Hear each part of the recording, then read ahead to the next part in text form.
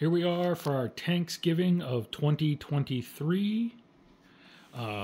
We are going to have 62 tanks, one Storm Raven, and a monolith on each side.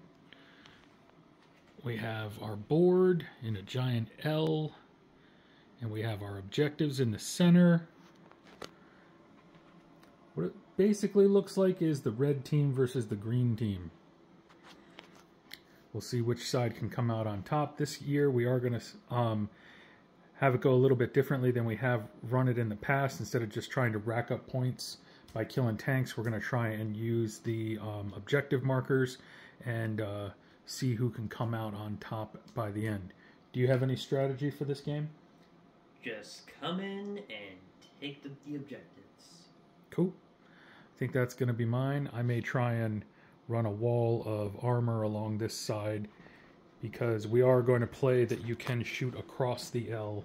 So I'm going to try and use those land raiders to cover my flank when all this nastiness starts coming at them. Alright, so that's our board. We're going to get set up and get to rolling some big gun dice.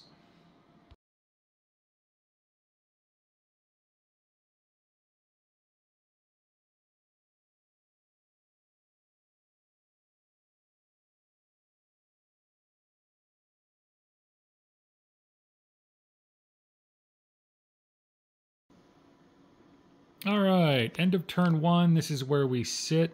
Sometimes going first isn't always the best thing because your weapons wind up being out of range. The green team took quite a beating. We lost a wrecked one rhino there, but then somebody was an absolute beast at rolling sixes, and a battle wagon, 2 land raiders, and a looted wagon were all single-shotted. Actually, the 2 land raiders were taken out by 1 shot from a single... What took out the land raiders? Was that the laser destroyer? Yeah, it was the destroyer. Yeah, 1 shot from a laser destroyer took out 2 land raiders. Because somebody can't stop rolling sixes. We do have this objective here, but we didn't have the objective card for that one. I thought I had that card, but apparently I had a different number. So we're just moving towards the center of town. Some hull points knocked off over on this side, but no destroyed vehicles yet. So right now, the red team is on top with 1 point for first blood, and that is it. End of turn 1, and we are going to roll on to turn 2.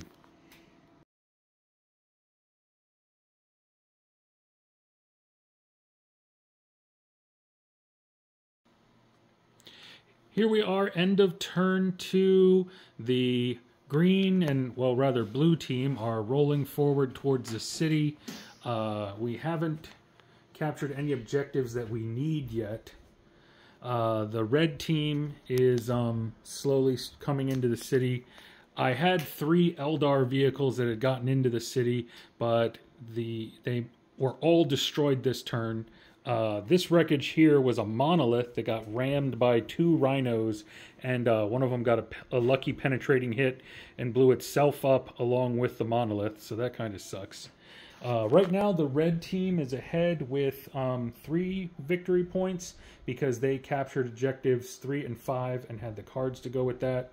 I only have 1 victory point for Big Game Hunter, so at the end of turn 2, it is a score of 1 to 3. As far as casualties go, this is the casualties for the red team. Destroyed 6 tanks in that turn, did a bunch of hull points to some others, and this is what the red team has scored so far. We're down 11 tanks, including our monolith. But luckily our Storm Raven did come in, so we're going to have some fun with that on turn 3. The game rolls on.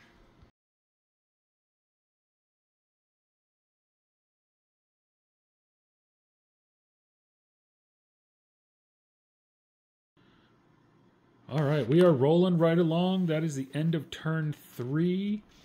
So far, these are the casualties for the red team.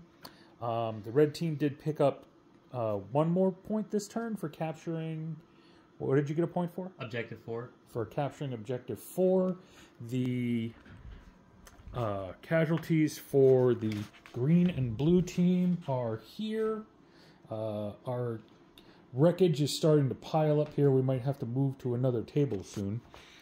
But over here on the battlefield, the green and blue team picked up both cards for capturing objective 3 because our flyer zoomed over here and took that. So the red team is winning currently, but it is only 4-3.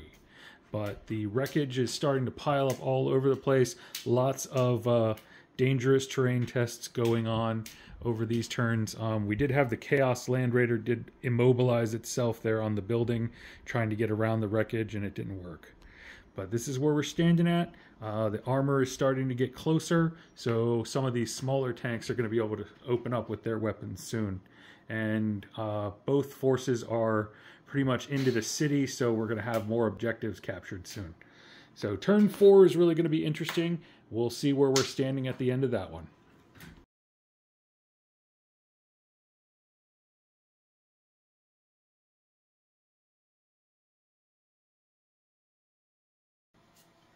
End of turn 4, and the lines are starting to thin on both sides.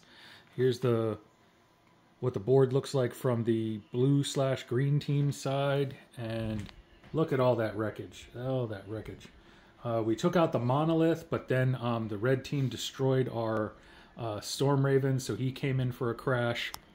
The red team's coming along. Their Storm Raven came in this turn.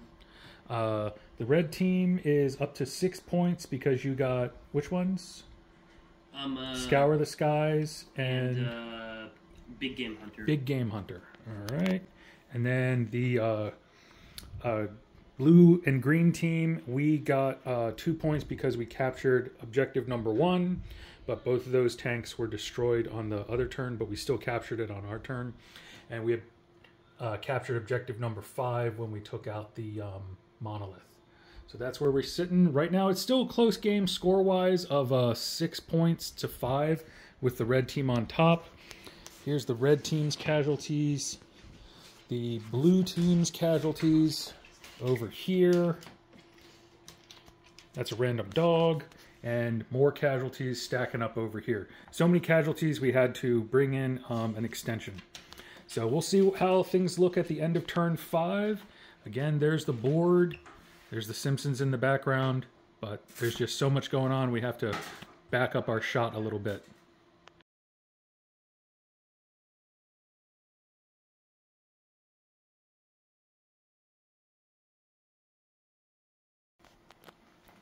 End of turn 5, and this is the table. Look at all this wreckage. This was an absolutely devastating turn for the blue and green team. Look at all that wreckage. Just so many tanks lost there in the past 2 turns. I think he took out something like 8 tanks just from that cluster there around that building. We're only putting markers out for wrecks. We're not anything that's an explosion. We're not putting a mark out. We also lost the Eldar Scorpion there. I did score a point because I took out his flyer, which ended up crashing, and that got me up to 7 points on that one because I took out the flyer and I held objective number 2. So I'm sitting at 7 points, and the red team scored another point because, what did you score a point for again? For having these 3 all the way back. Oh, for hold the line. Yeah, he got a point for hold the line because he's got his deployment zone secured back there. And then we rolled at the end of turn 5, and the game is actually going to end there. This is going to be a tie, 7 points to 7. But I think the game is heavily in favor of the red team because my lines are getting super thin here, and he still has an entire wall of armor 14 holding this side of the table with a 72-inch range. So I don't have a whole lot that's going to go for that. So our official score is a tie at 7-7, but I think it's more of a win for the red team. But there we go. That's it. Just look at all that wreckage. Absolutely insane. All right, we'll come back after we count up how many tanks are remaining.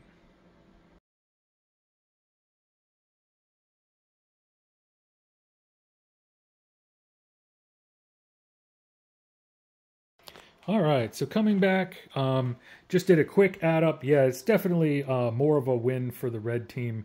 The blue-green side, we lost 40 tanks, including the Storm Raven, and the other side, the red side, they only lost 23.